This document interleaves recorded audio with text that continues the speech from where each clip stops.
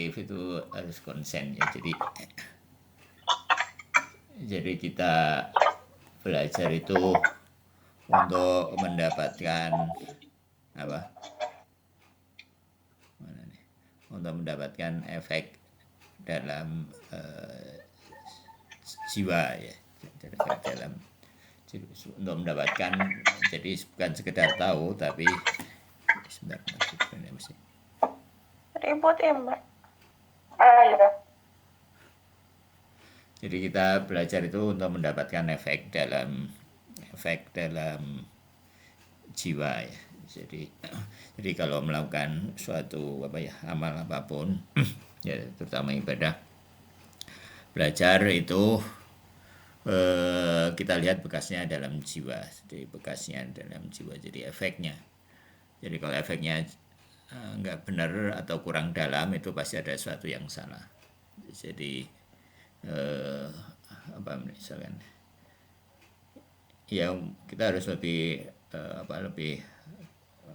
umumnya. Jadi kalau kita lebih konsen, itu efeknya akan lebih baik. Nah kadang-kadang kalau kita nggak konsen, itu efeknya bisa sebaliknya ya. Jadi kayak kenapa ya, karena mungkin ada semacam kayak meremehkan gitu. Nah itu bisa memberikan efek yang atau kurang, minimal ya, efeknya itu kurang.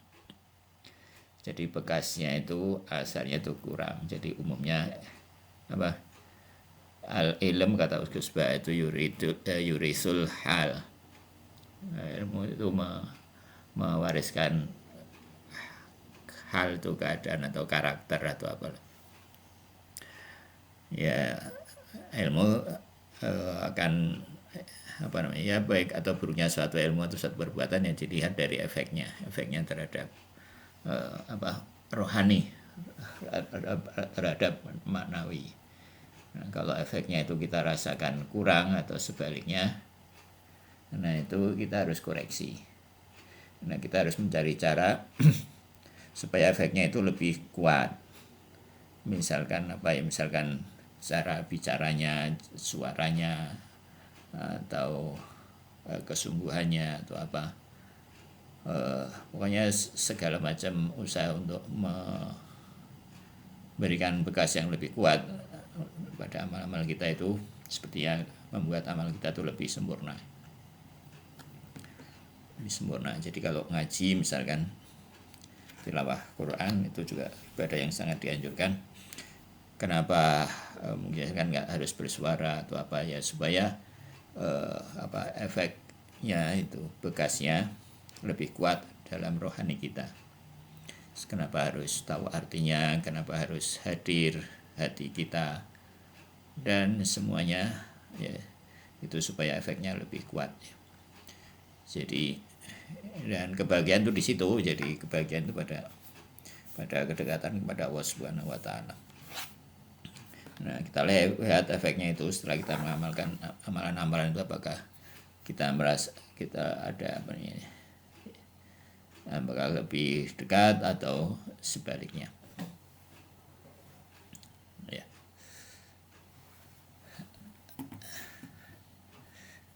Ya kira-kira begitu.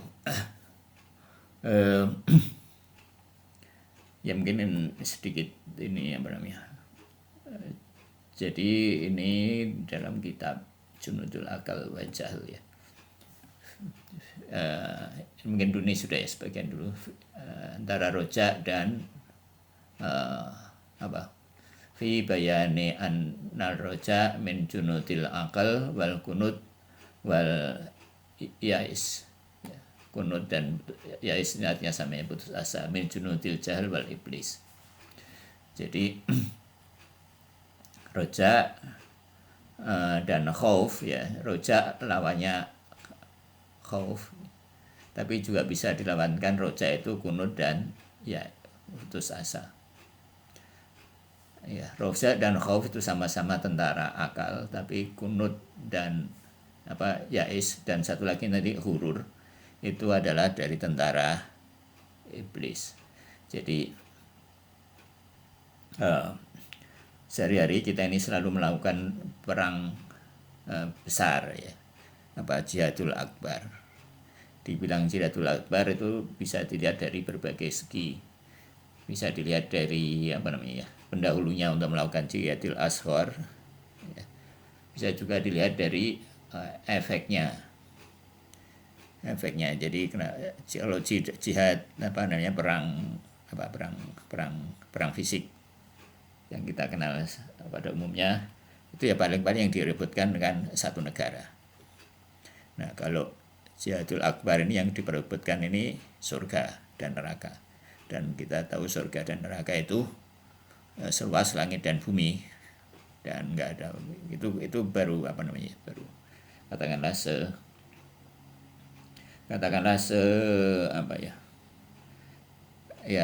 pemisalan, tapi mungkin akan lebih dahsyat dari itu mengenai surga dan neraka.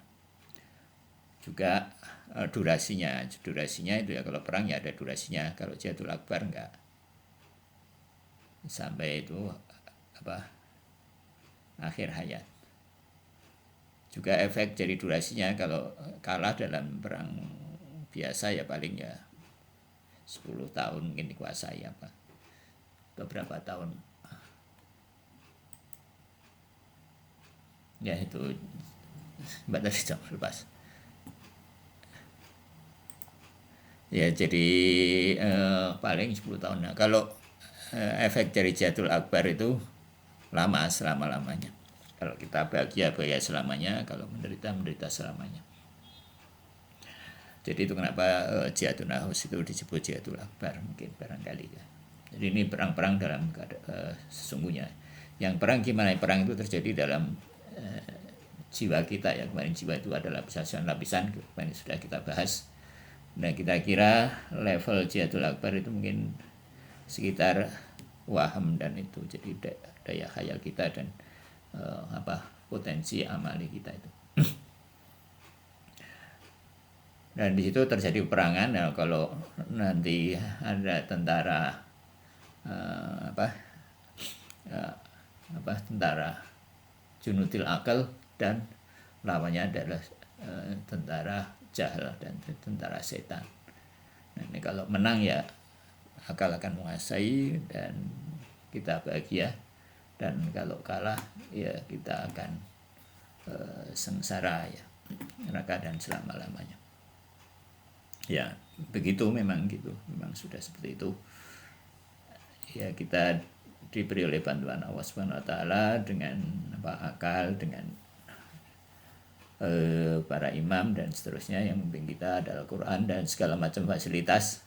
Ada waktu yang diberikan, ada tempat-tempat suci yang semuanya sebetulnya memudahkan kita untuk memenangkan Jihadul Akbar itu. Ya sebetulnya secara normal ya seharusnya menang. Jadi Allah yang menginginkan bahwa kita itu menang dalam tentara akal itu menang.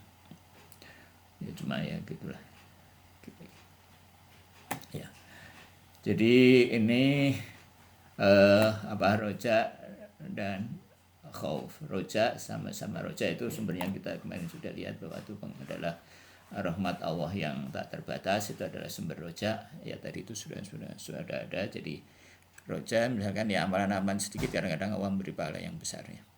Misalkan Lailatul Qadar itu satu malam bisa mengubah karakter kita dalam waktu yang singkat. Dikatakan bahwa rojat Lailatul Qadar itu lebih dari 1000 bulan, yaitu karena efeknya dalam perubahan rohani, manawi itu cepat dan besar. Begitu juga waktu-waktu yang lain, ada waktu-waktu yang Allah khususkan, ada hari-hari yang Allah khususkan, ada bulan-bulan yang Allah khususkan, misalnya seperti sekarang bulan Haram. Jadi segala macam fasilitas Allah berikan. Ya ada Ramadan, ada segala macam lah. Sepanjang tahun Allah berikan itu waktu-waktu yang baik. Juga setiap hari Allah juga memberikan waktu antara tuluk fajar dan tuluk antar matahari, bainat tulu'ain katanya, antara terbit fajar sampai subuh dan antara subuh sampai terbit matahari itu waktu-waktu yang baik untuk melakukan kontemplasi perenungan ya, melakukan pendekatan pada Allah Subhanahu wa taala. Jadi banyak, setiap minggu ada Jumat dan seterusnya. Jadi seharusnya fasilitas-fasilitas itu memudahkan kita untuk memenangkan Jihadul Akbar itu. Ya, jadi terus kemudian ini sumber roja. Itu semua sumber roja, sumber pengharapan. Nah, tapi pengharapan ini jangan berlebihan ya. Kalau berlebihan nanti orang jadi santai gampang nanti. Nah, itu hurur. Jadi roja yang bablasan itu jadi hurur. Kemudian ada khauf itu rasa takut rasa takut, rasa khawatir ya, sehingga menyebabkan orang itu seharusnya serius, bersungguh-sungguh. Nah, kalau khauf berlebihan itu gampangnya menyebabkan orang putus asa. Jadi itu harus seimbang antara khauf dan roja, dan juga dengan perhatikan detail-detail mengenai itu semua. Jadi semua pengenalan terhadap khauf dan roja ini dalam akhlak ini ya seharusnya membuat orang itu tidak lalai ya, dan tidak putus asa. Jadi walaupun mungkin kita merasa amal-amal kurang, ya memang seharusnya begitu. Tidak membuat lantas kita misalkan amal kita juga selalu dilihat kurang. Nah, itu juga tipuan setan. Jadi nggak usahlah beramal, atau juga itu tipuan setan juga. Jadi itu kira-kira mengenai khauf dan roja, dan antara hurur dan putus asa. Ya, sekali besar begitu ya. Jadi memang, nah ini kalau kita baca matanya, mungkin kalau ada waktu mungkin akan lebih baik. Ya begitu, ada komen.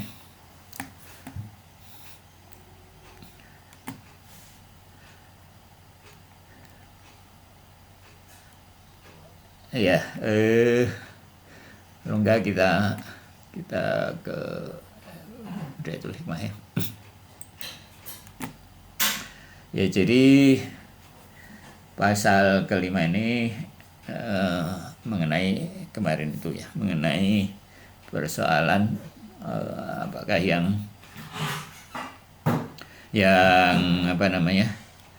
yang hasil itu wujud. Nah, yang hasil itu banyak atau satu. Itu kemarin ada 4 pendapat ya. 4 pendapat.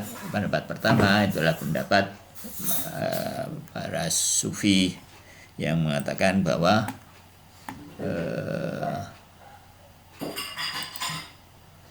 satu ya.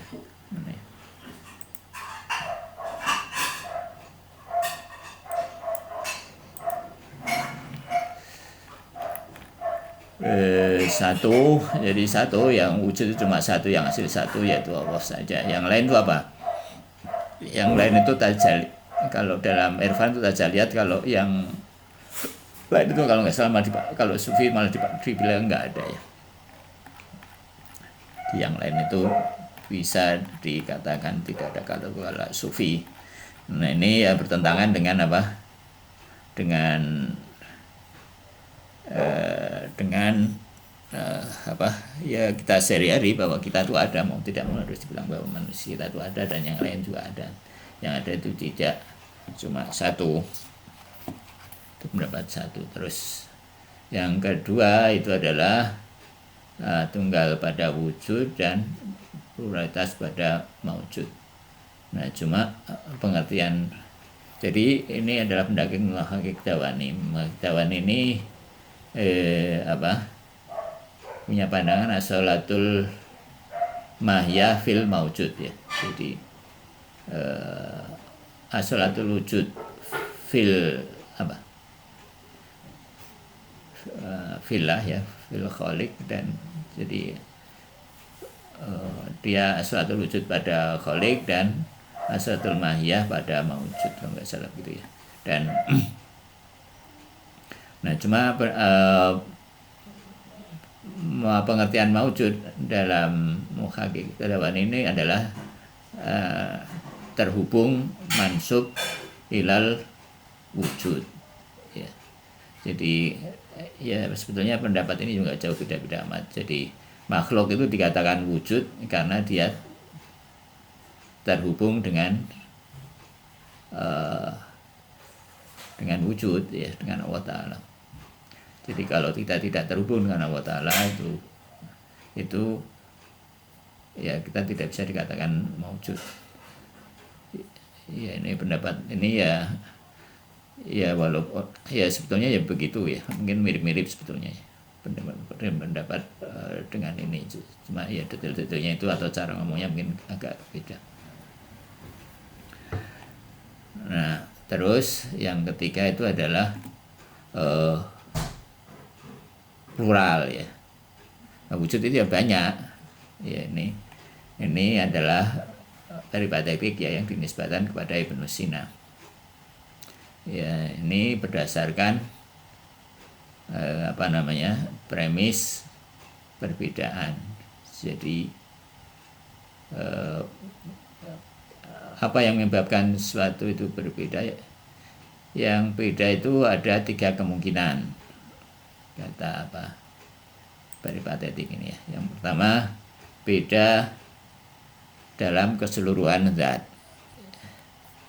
Yang dimaksud zat itu pasti katakanlah manusia itu zatnya itu hayawan non natik ya. Nah ada 2 komponen zat dalam manusia itu, komponen hayawan dan komponen natik. Berbeda secara keseluruhan itu ya, misalnya manusia dengan batu itu dikatakan berbeda secara keseluruhan, fi tamamid zat, pada keseluruhan zat manusia berbeda sama sekali dengan zat batu. Batu tidak mengandung hayawan, terus juga tidak mengandung natik. Nah itu dikatakan, atau berbeda dalam sebagian zat. Berbeda sebagian zat itu misalkan manusia dengan kucing. Manusia itu hayawan, kucing juga hayawan, cuma manusia itu natik, kucing enggak. Nah itu beda dalam sebagian zat. Nah, terus kemungkinan yang ketiga berbeda dalam sifat. Beda dalam sifat itu arad ya. Contohnya berbeda antara satu manusia dengan manusia yang lain, atau satu kucing dengan kucing yang lain. Manusia dengan ya begitulah. Beda dengan zatnya.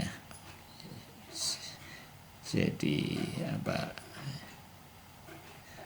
ya individuasinya itu berbeda dalam sifat ya. Jadi ada kemungkinan 3 perbedaan, dan dari 3 perbedaan itu terus gimana? Dari 3 itu ya meniscayakan ya wujud itu tunggal ya kan. Tapi itu nanti belakangan ya. Wujud itu tidak bisa dibagi ya. Jadi karena wujud tidak bisa dibagi, maka tidak ada kemungkinan beda dalam sebagian zat, karena kan nggak bisa dibagi, atau beda dalam sifat. Ini wujud ya, kita bicara mengenai wujud, bukan pada mahiyah. Maka satu-satunya kemungkinan adalah wujud bitamami zat. Jadi wujud berbeda secara dalam keseluruhan zat, dan mau tidak mau harus diterima bahwa wujud itu banyak ya. Wujud itu banyak, plural tanpa tunggal. Nah itu pendapat peripatetik. Nah yang keempat, nah kenapa pendapat ini ada? Ya Karena ada perbedaan yang keempat yang tidak terpikir oleh peripatetik tadi. Itu ada perbedaan keempat yang disebut perbedaan gradasi, ya. Perbedaan secara gradasi, yaitu perbedaan dalam kuat dan lemah, dahulu kemudian, sama-sama wujud tapi ada yang dahulu, ada yang kemudian, ada yang kuat, ada yang lemah, ada yang sebab, ada akibat. Nah, itu pendapat keempat yang dikatakan benar oleh Alamah Tabatabai, juga oleh Mullah Sadra dan oleh filosof Falawiyun. Ini filosof Persia zaman dulu, ya. Jadi orang Persia zaman dulu itu pikirannya sudah maju, ya, sudah mendahului, mungkin malah kayak kalau dari penjelasan sini bisa dikatakan mendahului Ibnu Sina. Yang kenapa Ibnu Sina nggak mengutip Falawiyun, ya wallahu alam. Itu tidak ada penjelasan begitu, ya. Nanti tanyain kenapa Ibnu Sina tidak, kan Falawiyun mestinya sudah dahulu, ya. Ya.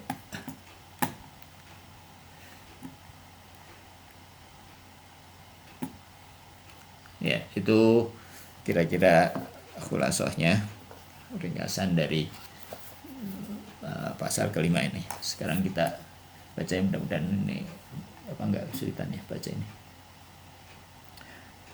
Ya, fakama. Jadi ini penjelasan mengenai tashkik wujud ini diumpamakan seperti cahaya, ya. Ya, karena Bapak juga nggak begitu belum begitu klik, ya, mengenai bagaimana cahaya ini dikatakan tashkik.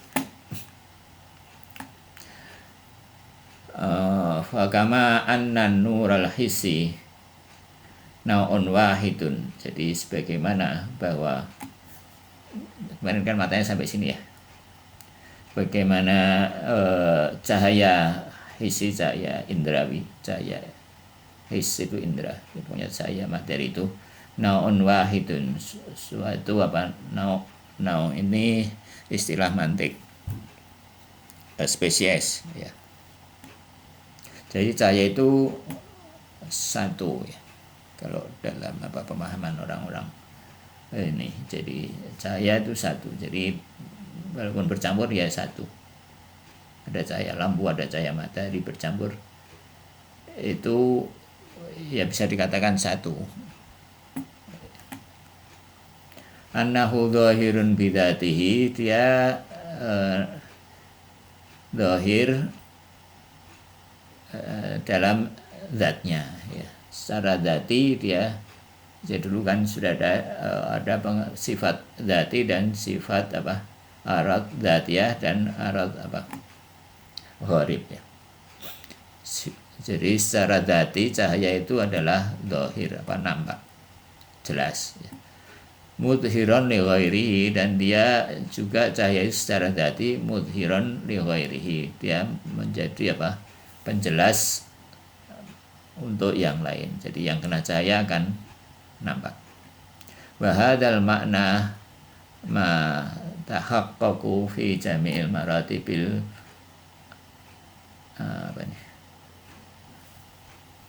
asy'ati, ya. Min jami' naratibil asy'ati wal adlah. Dan ini adalah makna, ya, yang jelas dalam seluruh martabat terang dan gelap, ala kasratiha, yang banyak, waktilafiyah, dan perbedaan-perbedaannya. Fanurul syadid, dan cahaya yang kuat, syadidun fi nuriyatihi, ya. Cahaya yang kuat itu ya kuat dalam kecahayaannya, begitu, ya. Kuat, cahaya dikatakan kuat juga karena dia cahaya allati yusyariku fihan nuru fi, dan juga dia bersama dengan cahaya yang lemah. Ya kayak jadi satu, cahaya yang kuat dan cahaya lemah itu kan kayak bergradasi, maksudnya di sana kuat, di ujungnya lemah mungkin gitu ya. Jadi tetap itu satu cahaya. Wa nuril dhafi dhaifun fi nuriyatihi, dan cahaya yang lemah juga lemah dalam kecahayaannya. Alladzi yusyariku fihan nurus syadid, dan dia juga bersama dengan cahaya yang kuat. Jadi ya kayak tidak bisa dibedakan ya, cuma dia antara cahaya yang kuat dan cahaya yang lemah, ya kan, kayak jadi satu kan. Ya, tapi dalam kesatuan itu di sana kuat, di sini lemah. Nah, itu mungkin yang dimaksud tasdik. Falaisat syiddatun syadid minhu juz'an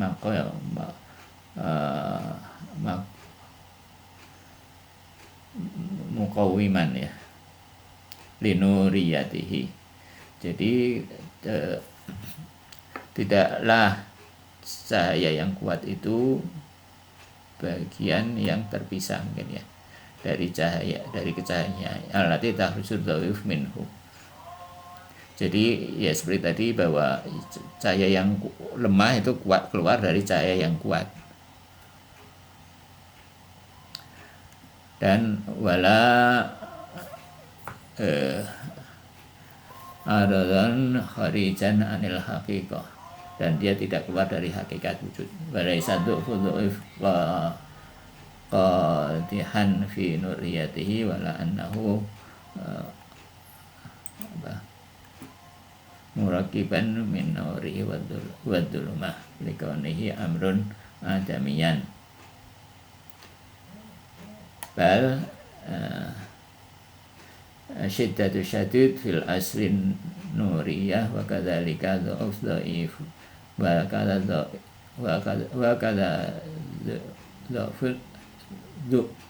dhafun ya lemah, al-dhaifu, dan juga yang lemah juga demikian lemah.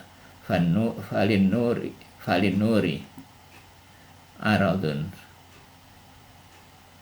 aridun bi'tibari martabatil mukhtalifah fi syadid wa dhaif wa likulli martabatin aradun aradiyan bi'tibari qubulil mukhtalifati minal ajsami al-kashifati. Artinya ini dibacakan aja ya.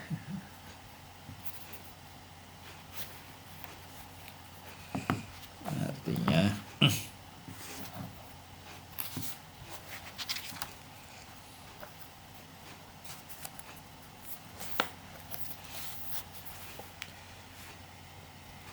jadi ya sebagaimana cahaya tadi ya adalah spesies yang tunggal ya, tadi spesies ya, yang hakikatnya adalah terang pada dirinya sendiri dan menerang yang lain tadi sudah ya. Cahaya pada cahaya tersebut hadir pada setiap vessel ya keterangan ya, kebenerangan dan keraduan cahaya dengan segala macam perbedaannya ya. Jadi cahaya yang terang terang dalam cahayaannya, dan yang gelap juga gelap dalam cahayaannya. Sehingga dengan ini kebenerangan cahaya yang benerang bukan bagian yang substansial dari cahaya. Sebab jika demikian maka cahaya yang redup tidak lagi disebut cahaya. Mana tadi?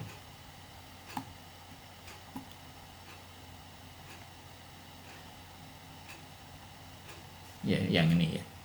Ini terjemahnya kayaknya terjemahan terjemahan tidak letterlock ya. Jadi ini kalimat ini itu artinya jadi cahaya yang terang itu Jadi kebenaran cahaya itu bukan bagian substansial dari cahaya. Ya maksudnya dia Kalau cuma di buku yang terjemahnya Ustadz Adlani bilangnya intensitas bukan pembentuk atau constituting differentia. Ya kira-kira begitu.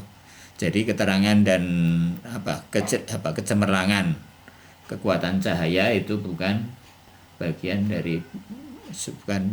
dari bahkan yang substansial kalau istilah di sini, atau bagian apa tadi kalau istilah Stadlana itu constituting differentia. Ya, pembeda penyusun. Bukan penyusun yang dari cahaya.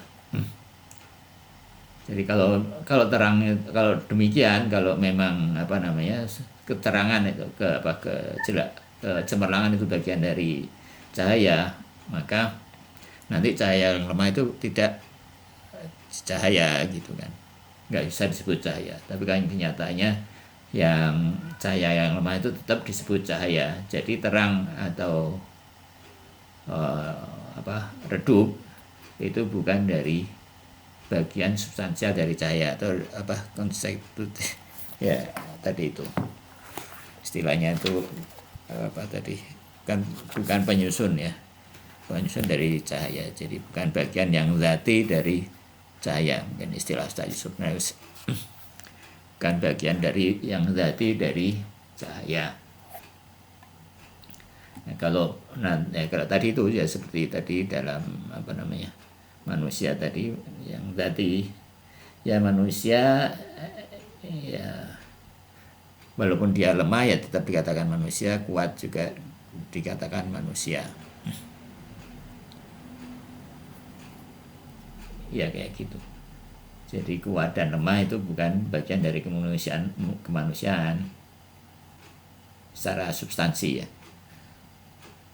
Nah makanya nanti di akhirat itu manusia itu tidak lagi berubah manusia, tidak berubah lagi spesies ya. Tapi masing-masing kita itu jadi spesies. Jadi masing-masing kita itu berbeda satu sama lain di akhirat sesuai dengan amalnya.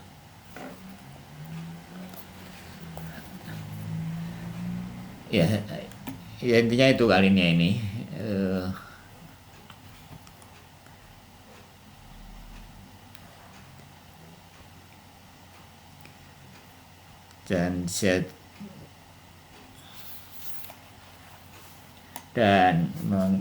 kalau Ustaz Alani apa yang ini sini Mbak, yang kata terakhir ini apa? Walikul martabat. Dan yang terakhir apa? Yang ini walikul martabat. Itu malah baca bahasa Arab. Mana tadi? Ini walikulli martabatin, dan setiap tingkatan. Bentar ya.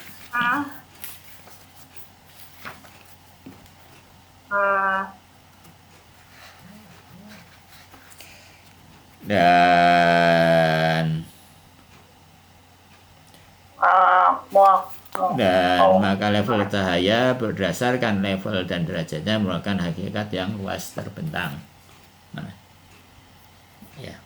Dan setiap level cahaya berdasarkan pandangannya terhadap kebendaan, cahaya mengalami keberagamaan. Jadi, ini penjelasan selanjutnya bahwa cahaya ini ketika dia membentur yang lain, maka pancarannya nanti jadi berubah ya, jadi mengikuti benda yang dikenai itu. Jadi wujud ini ketika dia kena mahiyah, dia kayak berubah, namanya berubah ya. Jadi yang kita lihat dari mahiyah itu kan fenomena. Kalau dalam istilah filosof Jerman atau lupa lagi itu siapa. Jadi yang kita tangkap itu fenomena. Jadi mahiyah itu fenomena. Yang nomenanya itu yang nggak kelihatan. Jadi wujud itu nggak kelihatan. Wujud manusia itu kan nggak kelihatan. Yang kelihatan oleh kita itu kan katakanlah kulitnya atau warnanya atau apa, tapi wujudnya sendiri itu nggak kelihatan. Jadi wujud itu nggak kelihatan, nggak bisa dibagi, nggak bisa itu.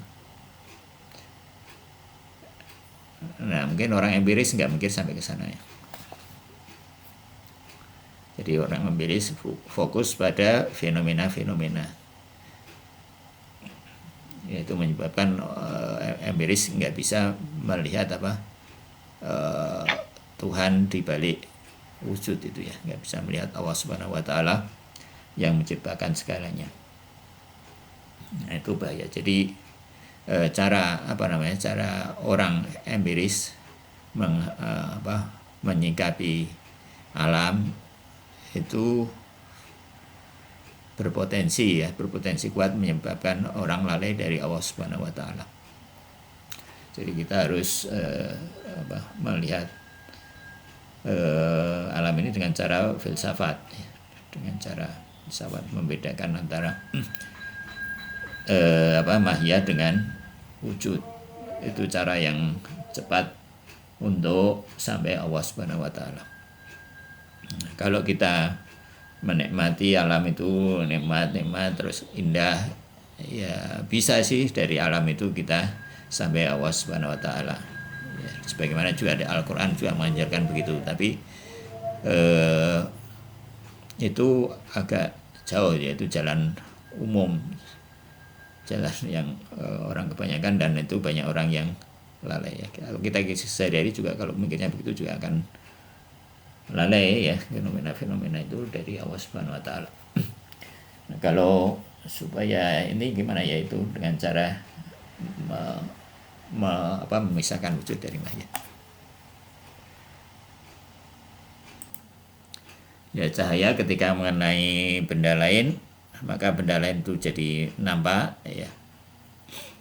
Dan penampakannya itu berbeda ya,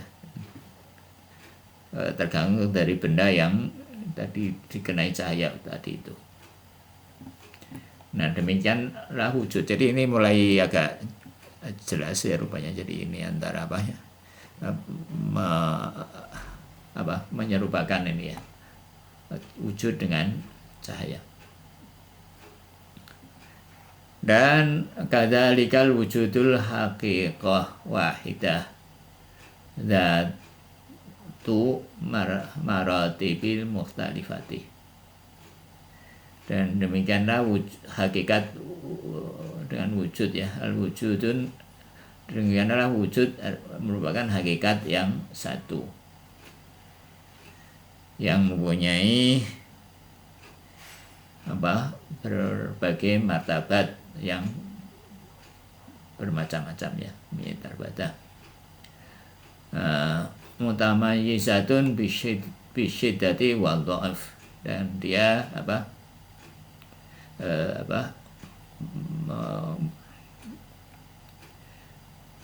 mempunyai berbeda dengan terang dan redup ya.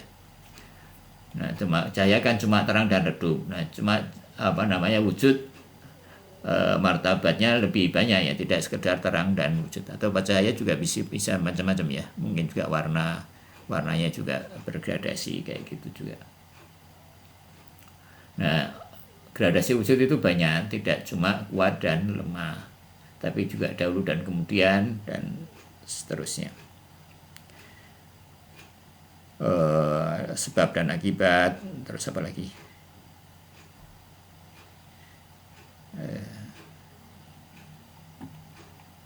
Pokoknya yaitu semua level-level berbagai martabat wujud.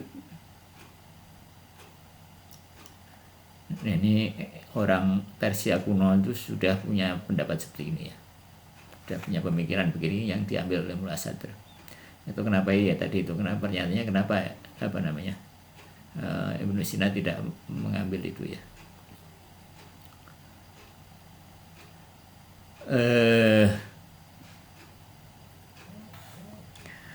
Jadi dan dimensi perbedaan setiap dari wujud kembali pada dimensi persamaannya. Dan hal-hal yang menyebabkan satu wujud terpisah darinya berpulang pada hal-hal yang menyatukan setiap wujud.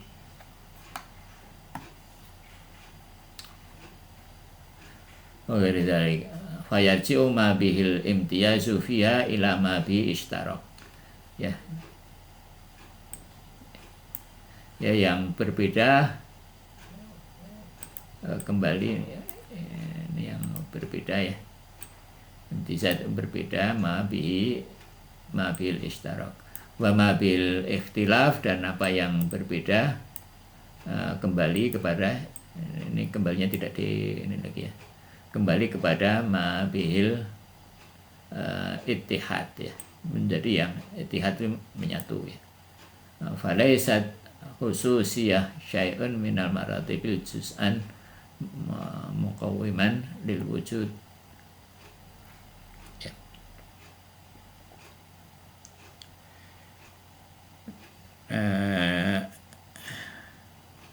Hal-hal yang menyebabkan satu wujud terpisah darinya berpulang pada hal yang menyatukan wujud.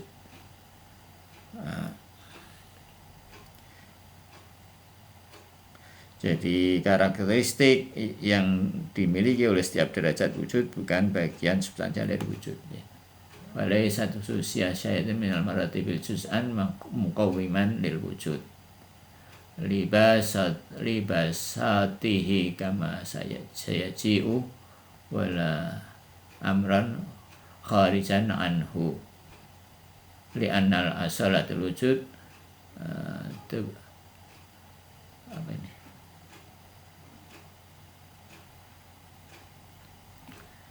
Jadi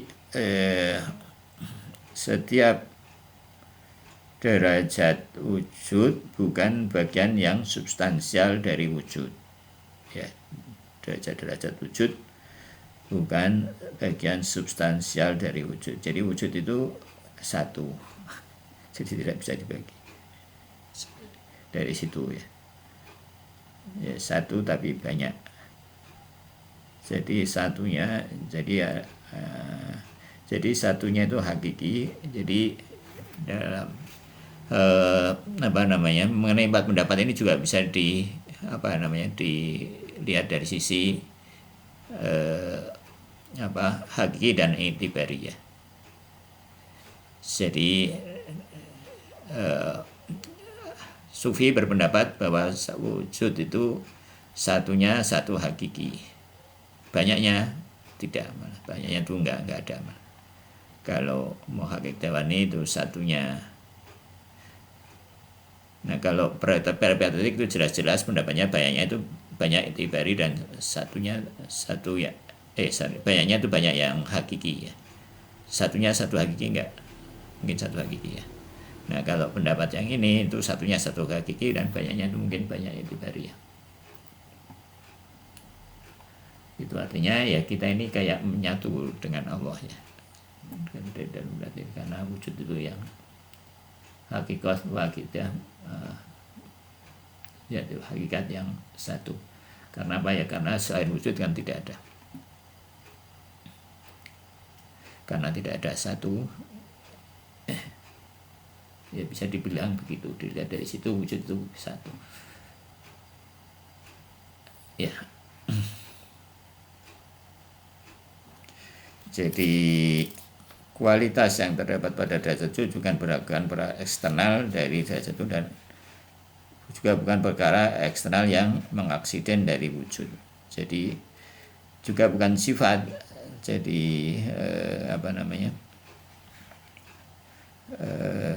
derajat level-level wujud tadi bukan juga aksiden pada wujud.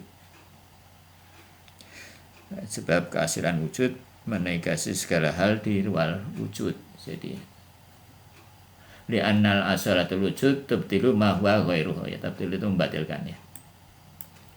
Karena asalatul wujud membatalkan segala hal yang di luar dari wujud.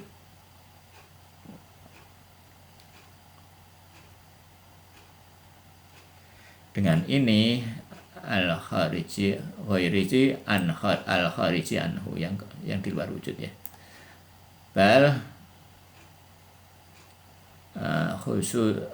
Balil khususiyatu fi kulli martabatil muqawwimatun linafsil maratibi bimakna ma laisa bi kharijin minha. Bahkan ya, kehasilan wujud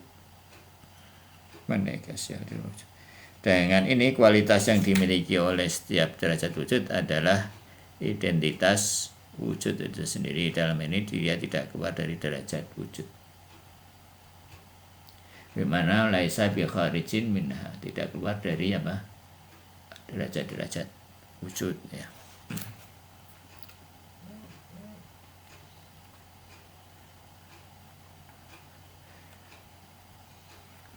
Ya, mungkin sampai di sini ya.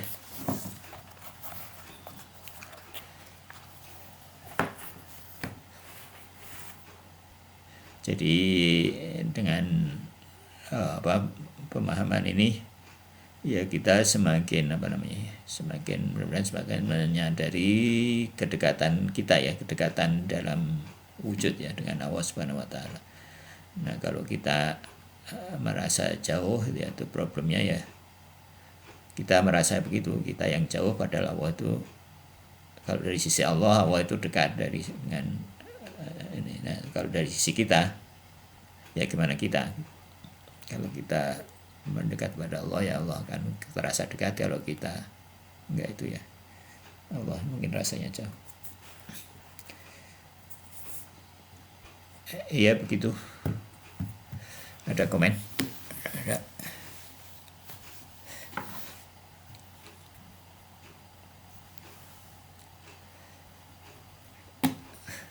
Cukup. Tapi kalau nggak ada, kita tutup dengan doa farad. Alhamdulillah dan al-faraj. Alhamdulillahirrahmanirrahim. Allahumma kun wali kalau jadi bin Hasan salawatuka alaihi wa ala abai fi hadhihi sa'ati wa fi kulli sa'ah waliyan wa hafidha wa qaitan nasra wa taliyan aina hatta tuskinahu ardaka tu'an wa tumantiyahu fiha tawila birahmatika ya arhamar rahimin. Alhamdulillahirrahmanirrahim. Wassalamualaikum warahmatullahi wabarakatuh. Waalaikumsalam.